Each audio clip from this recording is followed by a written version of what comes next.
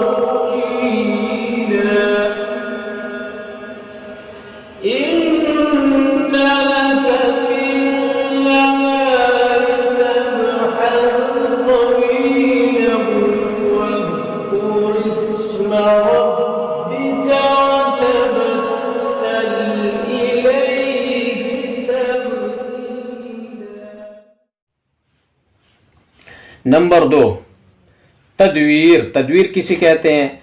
दरमियानी रफ्तार से पढ़ना। दरमियानी रफ्तार से पढ़ना, जिस तरह इमाम फ़र्ज़ नमाज़ों मसलन फ़जर मगरिब इशा में पढ़ता है। ये अंदाज़ कौन सा है? ये है तदवीर। दरमियानी रफ्तार से जिस तरह इमाम फ़र्ज़ नमाज़ों में मसलन फ़जर मगरिब इशा की नमाज़ों में पढ़ता है, इसका नाम है तदवीर। तो आइए सुनते हैं कि तदवीर का जो अंदाज़ है वो कैसा है। बिस्मिल्लाहिर्रहमानिर्रहीम। अल्हम्दुलिल्लाहि रब्बिल आलमीन अर्रहमानिर्रहीम मालिकि यौमिद्दीन इय्याका नअबुदु व इय्याका नस्तईन इहदिनस सिरातल मुस्तकीम सिरातल लज़ीना अन'अमता अलैहिम गैरिल मग़दूबि अलैहिम वलद्दाल्लीन।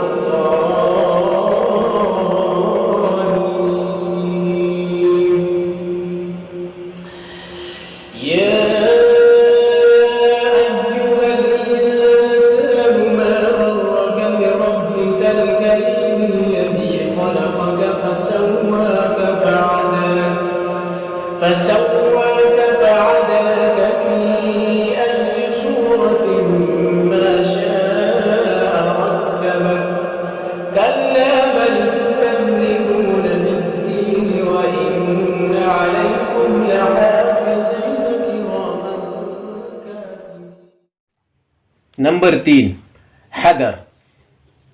तीसरा अंदाज हदर का है। हदर क्या है? तेज़ी और रवानी से पढ़ना, तेज़ी और रवानी से पढ़ना। जैसे तरावे में जिस तरह इमाम पढ़ते हैं तो उस अंदाज को हदर कहते हैं। क्या कहते हैं उनको? हदर। तो ये 3 अंदाज है तिलावत कुरान करीम के। तो हम आपको हदर के सूरत में भी आपको तिलावत करते, आइए सुनते हैं।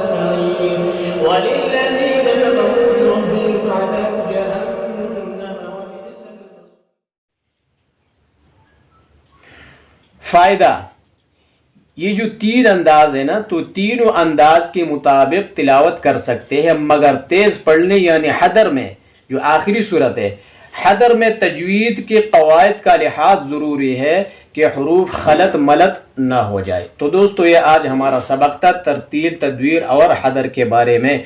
तो ये 3 अंदाज तिलावत कुरान करीम के होते हैं, तीनों सूरत में तिलावत कुरान करीम कर सकते हैं।